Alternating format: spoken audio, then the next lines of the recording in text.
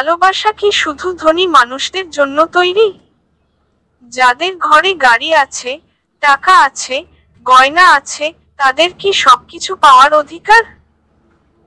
আর যাদের কাঁধে সংসারের বোঝা, পকেটে ভাঙা কয়েন, চোখে স্বপ্ন, তাদের কি কোনো অধিকার নেই ভালোবাসার? একজন মানুষ, যে শুধু ভালোবেসেছিল, প্রাণ দিয়ে ভালোবেসেছিল, তার অপরাধ ছিল শুধু একটাই, সে গরিব ছিল। রাহুল এই গল্পের সেই ছেলেটার নাম। ছোট শহরের এক গলির ভেতর জন্ম, যেখানে বৃষ্টির দিনে ছাদের ওপর ছেঁড়া পলিথিন টাঙিয়ে বাঁচতে হয়। বাবা ছিলেন দিনমজুর, মা একা হাতে গোটা সংসার চালাতেন। ছেলেটা কখনো দামি জামা পরেনি, গলায় কখনো পারফিউমের গন্ধ থাকতো না, তবু তার চোখে ছিল বিশাল স্বপ্ন। আর সেই স্বপ্নের মধ্যমণি ছিল একটা মেয়ে, তিথি। তিথি ছিল এক ধনী, নামী পরিবারের মেয়ে। স্কুল কলেজে সেরা ছাত্র, শহরের প্রভাবশালী ব্যবসায়ীর একমাত্র সন্তান। চোখে সাহস, ঠোঁটে মিষ্টি হাসি। রাহুল প্রথমবার তিথিকে দেখে চুপ করে গিয়েছিল। একবার কেউ জিজ্ঞেস করেছিল, কি দেখে এত চুপ করে গেলে? রাহুল বলেছিল, যখন কোনো কিছু হারানোর ভয় জাগে, তখন মন চুপ হয়ে যায়।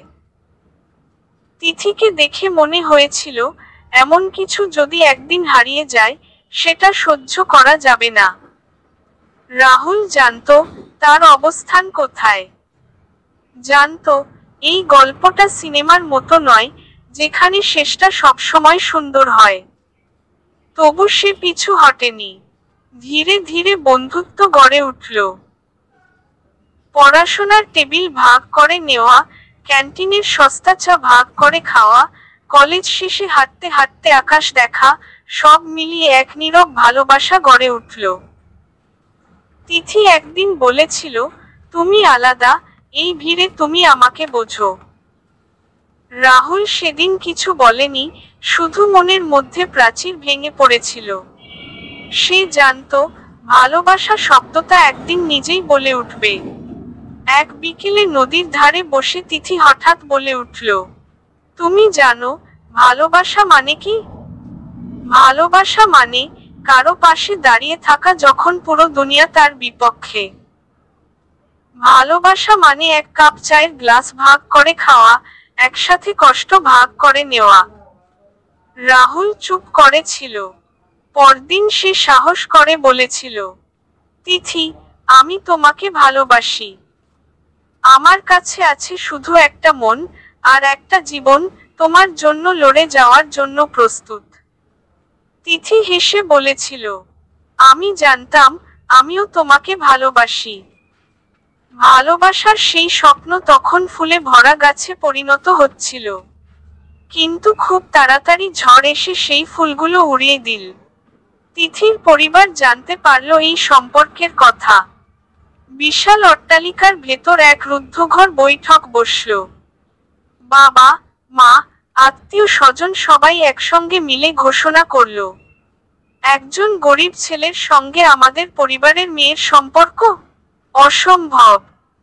যে ছেলের নিজের খাবার জোটাতে কষ্ট হয়, সে কিভাবে আমাদের মেয়েকে সুখী রাখবে? তিথি কাঁদছিল, চোখ দিয়ে অঝরে জল পড়ছিল। কিন্তু সমাজ, আত্মীয় আর ভয় তাকে চেপে ধরল। সে রাহুলকে শেষবারের মতো দেখল। নদীর ধারে, যেখানে প্রথম ভালোবাসা বলা হয়েছিল, সেখানেই আজ শেষটা লিখে গেল। রাহুল, আমি ভীষণ ভালোবাসি তোমাকে, কিন্তু আমি হেরে যাচ্ছি। আমি এই লড়াই চালিয়ে যেতে পারছি না। রাহুল কিছু বলল না, শুধু বলল, তোমার চোখে আমি এখনো স্বপ্ন দেখি, কিন্তু সেই স্বপ্নে আমার কোনো স্থান নেই। ভালোবাসা তো ছিল, থাকবে, কিন্তু বিশ্বাস হারালে আর কিছুই বাঁচে না। তিথি চলে গেল, অন্য কারো সঙ্গে বিয়ে হলো, অন্য জীবনের গল্পে হারিয়ে গেল। রাহুল ভেঙে পড়েছিল, কিন্তু থেমে যায়নি। দিন রাত খেটে, লাঞ্চ না খেয়ে, ঘুম নাই কাজ করে একদিন সে দাঁড়িয়ে গেল নিজের পায়ে। নিজের ছোট ব্যবসা শুরু করলো, শত অভাবের মাঝেও নিজের পথ তৈরি করলো। আজ সে এক প্রতিষ্ঠিত ব্যবসায়ী। বহু বছর পর এক মেলায় হঠাৎ দেখা তিথির সঙ্গে। চোখে অনেক না বলা কথা, ঠোঁটে থেমে যাওয়া অভিমান। তিথি বলল, তুমি পারলে, রাহুল, আমি জানতাম তুমি পারবে। তুমি ছাড়া আমি আজও কেউকে ভালোবাসতে পারিনি। তুমি কি এখনো আমাকে ভালোবাসো? রাহুল হেসে বলল, ভালোবাসি, কিন্তু এখন আর চাই না। ভালোবাসা মানে শুধু আগলে রাখা নয়, প্রয়োজনে ছেড়ে দেওয়া। তুমি আমার গল্পে আজও রয়েছো, শুধু চরিত্র হয়ে নয়, শিক্ষা হয়ে। শেষ কথা, ভালোবাসা টাকার নয়, সাহসের। কিন্তু সমাজ আজও গরিবের ভালোবাসাকে লজ্জা মনে করে।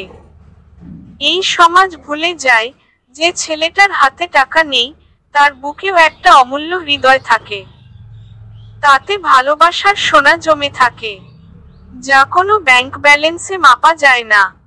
এই গল্পটা শুধু রাহুল বা তিথির নয়, এটা হাজারো ছেলেমেয়ের, যারা আজও সমাজের চোখে গরিব বলে ভালোবাসা হারাচ্ছে। তাদের জন্য এই লেখা একটা প্রমাণ, যে ভালোবাসা কখনো গরিব হয় না। গরিব হয় আমাদের দৃষ্টি।